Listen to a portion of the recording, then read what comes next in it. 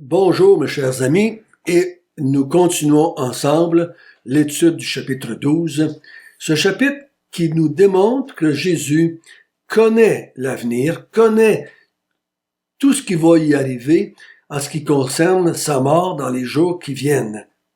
Non pas seulement qu'il le sait, mais il le désire, il le veut, il le provoque afin de donner sa vie et qu'une grande multitude ait la vie éternelle. Notre bon Père du ciel, dirige-nous encore une fois afin qu'on te voie, toi et ton Fils, orchestrer la mort du Fils de Dieu afin que vous soyez tous les deux glorifiés. Donc guide-nous au nom de Jésus. Amen.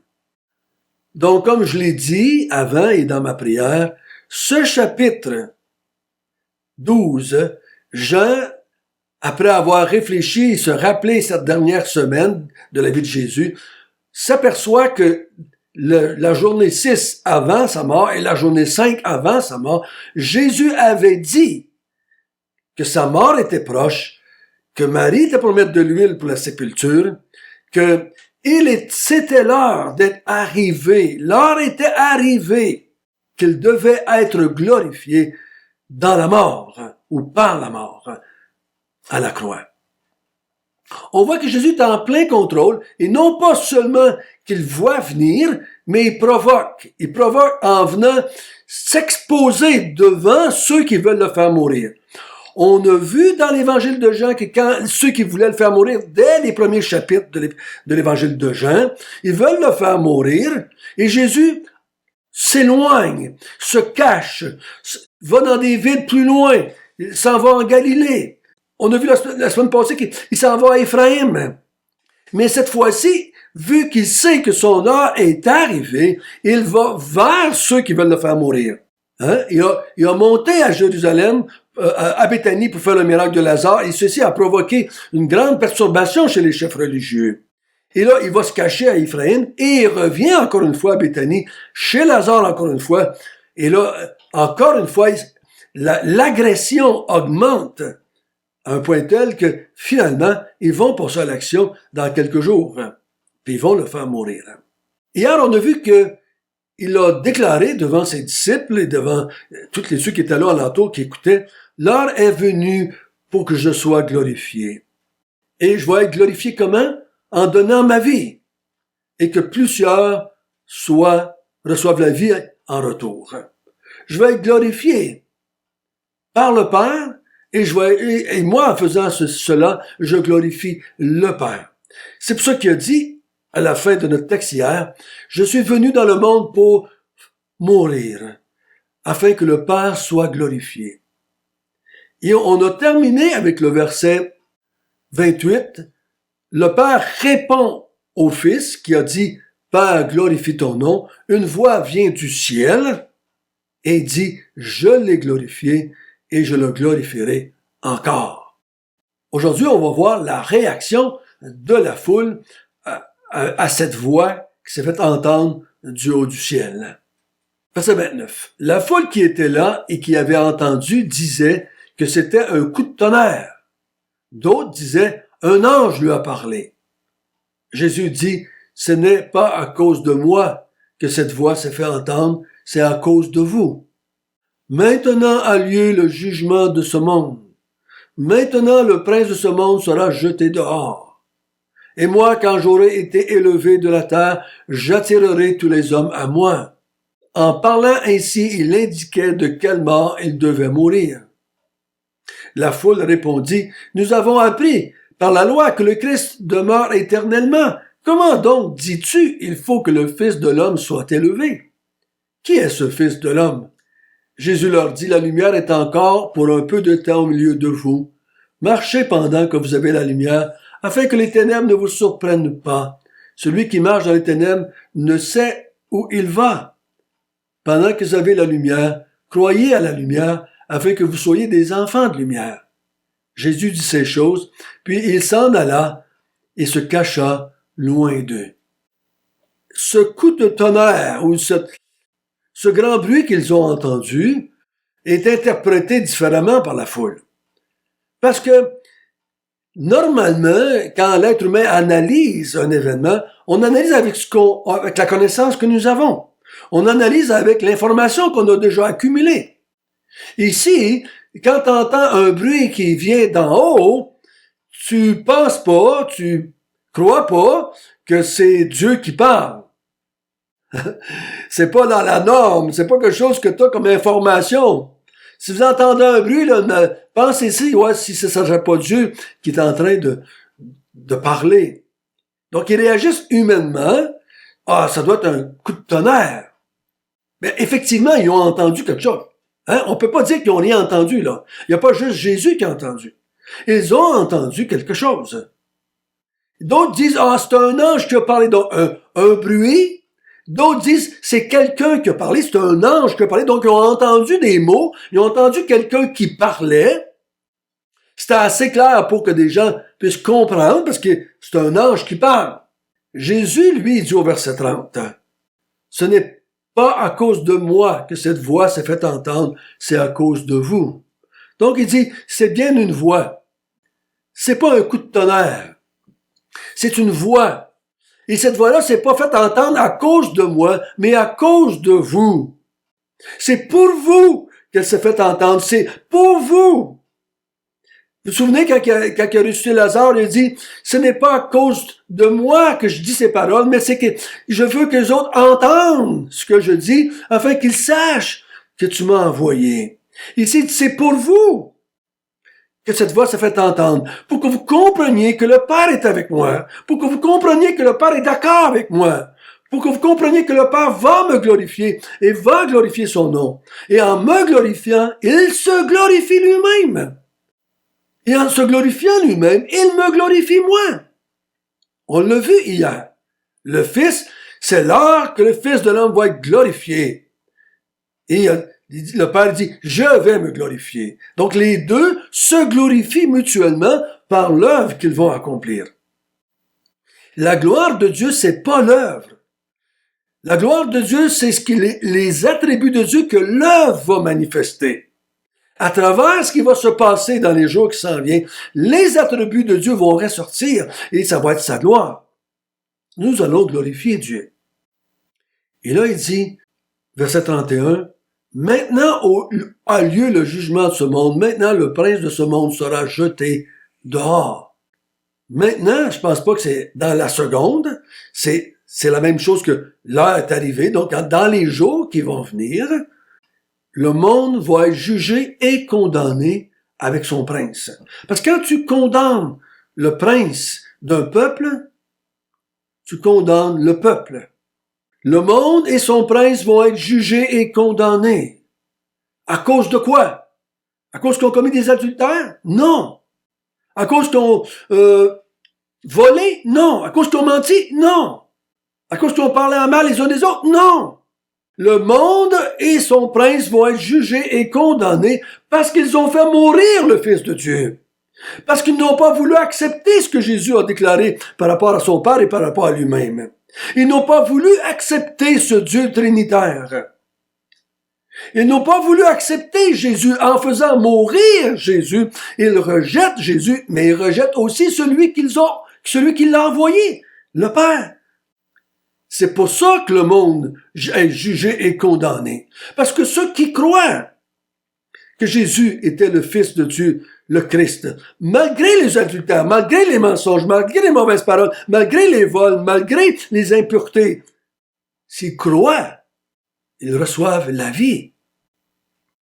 Le péché qui va condamner le monde, ultimement, c'est le péché de ne pas croire au Fils de Dieu. Au verset 32, « Et moi, quand j'aurai été élevé de la terre, j'attirerai tous les hommes à moi. » En parlant ici, il indiquait de quelle mort il devait mourir. Jean, quand il l'a entendu, il sait de quoi il parle. Parce que le peuple après va dire, au verset 34, « Il faut que le Fils de l'homme soit élevé. » Ils comprennent qu'est-ce qu'il veut dire. Ils comprennent que Jésus est en train de dire qu'il va mourir sur une croix. Voyez-vous, il parle depuis tout le chapitre 12, sépulture, il va mourir, mon heure est venue d'être glorifié, Je vais être élevé. Il parle constamment. Il veut qu'on sache, sans équivoque, qu'il sait, qu'il veut, qu'il désire. Lui et le Père, ils désirent tous les deux la mort du Fils de l'homme. Jésus n'est pas une victime. Jésus n'est pas crucifié par les hommes. Jésus offre sa vie sur la croix pour sauver les hommes. Donc il dit, quand je vais avoir été élevé, je vais attirer tous les hommes à moi. C'est pas en train de dire que je vais sauver tous les hommes automatiquement. Ça serait un salut universel. Mais il nous a dit ailleurs que c'est seulement ceux qui croient. Ceux qui croient qu'il est le Christ, le Fils de Dieu. Et Jean nous a dit à plusieurs reprises, c'est celui qui croit que Jésus est le Christ, le Fils de Dieu, qui va avoir la vie. Donc il n'est pas en train maintenant de dire, croyez pas, je vais sauver tout le monde. Donc quand il dit qu'il va attirer tout le monde, ça veut dire qu'il va attirer des gens de toutes les nations. Ça fait plusieurs fois qu'il nous le dit dans l'évangile de Jean. J'ai des brebis ici, j'ai des brebis ailleurs. Il a dit qu'il va sauver des hommes de toutes les nations. Donc, il est en train de dire, je vais attirer tous les hommes, dans le sens, toutes les races de monde qui vont venir à moi à travers l'histoire de l'Église. Il va mourir ainsi. Il va mourir pour attirer les hommes à lui. Donc, il ne fait pas seulement savoir qu'il va mourir, mais il sait comment il veut mourir. Il sait quelle mort qu'il veut qu'il arrive à lui. Parce qu'il a choisi la mort à la croix. C'est ce qu'il veut. Donc, il veut pas mourir lapidé. Il veut pas mourir d'une crise cardiaque. Il veut mourir d'une mort très précise. Il veut mourir étant élevé, donc à la croix. Verset 34, la foule lui répondit, « Nous avons appris par la loi que le Christ demeure éternellement. Comment dis-tu, il faut que le Fils de l'homme soit élevé? Qui est ce Fils de l'homme? » Donc, nous, on a appris par la loi que le Christ demeure éternellement, ou le Messie, ou le Oint demeure éternellement. Oui, la Bible le dit, Dieu avait promis à David un fils qui était pour devenir roi et que son règne serait éternel. Donc, le Christ devait vivre éternellement. Mais oui, il va vivre éternellement, mais il va mourir et ressusciter et vivre éternellement. Mais en même temps, c'est Dieu. Ce Fils, ce Christ, promis dans l'Ancien Testament, était aussi Dieu. S'ils avaient compris que Jésus était le Christ, le Fils de Dieu, ils auraient compris facilement qu'il était éternel. Et que même s'il disparaissait de ce monde physiquement, il serait encore vivant parce qu'il est Dieu. Dieu ne peut pas mourir. Parce qu'un de ses attributs, c'est d'être éternel. C'est d'être infini. Comment dis-tu cela? Donc, si tu dis que tu vas mourir et que tu vas être élevé, es-tu en train de nous dire que tu n'es pas le Messie?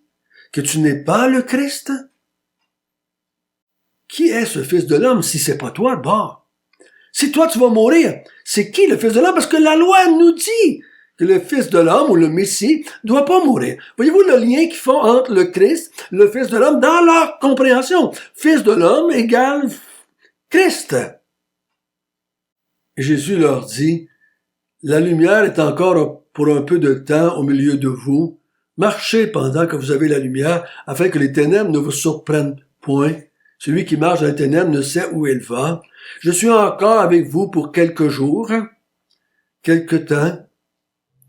Je vais encore mettre de la lumière sur ma personne, sur la personne de Dieu. Je vais encore vous dire ou faire des choses. Je vais encore parler devant le Sanhédrin. Je vais encore parler devant Pilate. Je vais encore parler à mes disciples après. Je vais encore vous dire des vérités. Je vais ressusciter d'entre les morts. Je vais encore mettre un peu de lumière. Croyez pendant que vous avez la lumière. Parce que quand vous n'avez plus la lumière, vous allez être dans les ténèbres et vous ne saurez plus où est-ce que vous allez.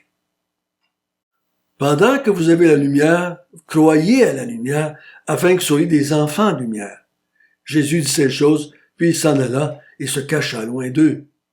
Donc Jésus dit, croyez en moi qui est la lumière. Croyez en moi et vous allez devenir des enfants de la lumière.